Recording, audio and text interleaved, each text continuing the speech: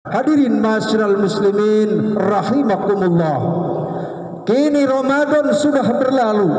Tugas kita sekarang adalah melakukan muhasabah, melakukan evaluasi diri, melakukan penilaian secara objektif dan proporsional.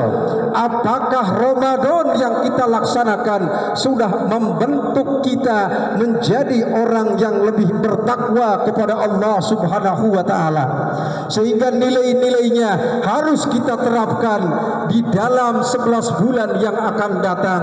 Mudah-mudahan kita menjadi bagian orang-orang yang bertakwa kepada Allah Subhanahu wa taala. Dalam konteks yang sangat jelas, Sayyidina Ali radhiyallahu anhu menjelaskan bahwa orang-orang yang berhasil di dalam melaksanakan ibadah Ramadan setidaknya memiliki sifat dan karakteristik yang harus dia laksanakan, dia implementasikan, dia laksanakan di dalam kehidupannya 11 bulan yang akan datang. Karakter yang pertama, orang yang berhasil dari puasa Ramadan memiliki sifat di dalam dirinya, muncul kesadaran di dalam dirinya, namanya sifat al-khauf minal jalil, yakni merasa takut kepada Allah, merasa diawasi oleh Allah Subhanahu wa taala di dalam setiap aspek kehidupannya. Di kantor takut, di pasar merasa khawatir, di tempat pekerjaan merasa diawasi oleh Allah Subhanahu wa taala, di pasar merasa diawasi oleh Allah sehingga tidak berani untuk mengurangi timbangan dan berlaku curang. Di kantor tidak berani untuk melakukan perbuatan-perbuatan yang melanggar aturan dan syariat Allah Subhanahu wa taala. Amin ya Allah ya rabbal alamin. Mudah-mudahan kita sebagian orang yang termasuk dalam kategori al-khauf minal jalil. Dalam konteks pasca Ramadan, kita harus merasa khawatir kalau ibadah puasa kita tidak diterima oleh Allah Subhanahu wa taala. Karena Rasulullah sallallahu alaihi wasallam bersabda, "Rubba sha'imin laisa lahu jazaa'un min siyamihi illa al-aqsa wal ju'."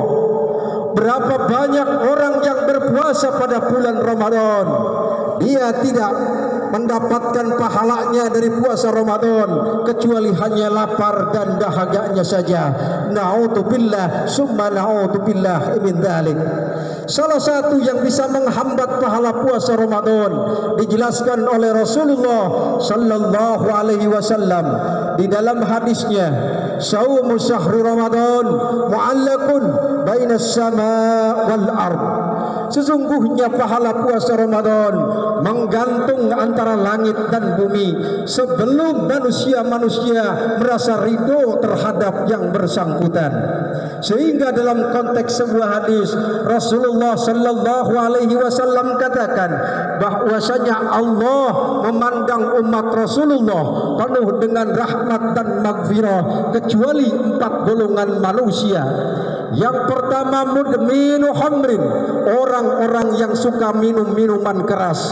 Yang kedua waqati'ur rahimah, orang-orang yang memutus tali silaturahmi. Yang ketiga musakhinun, orang-orang yang dengan tetangga, dengan saudara selama 3 hari 3 malam tidak bertegur sapa karena pertengkaran. Yang keempat kata Rasulullah, wa'akuli walidayhi, dan orang-orang yang berdosa kepada kedua orang tuanya. Maka mari Idul Fitri ini kita jadikan sebagai momentum untuk melakukan perbaikan, untuk melakukan sebuah perbaikan dalam kehidupan kita, terutama di dalam membangun silaturahmi dan memaafkan orang tua, serta kita memohon maaf kepada kedua orang tua kita, karena hal ini akan menghambat pahala puasa Ramadan di hadapan Allah Subhanahu wa taala.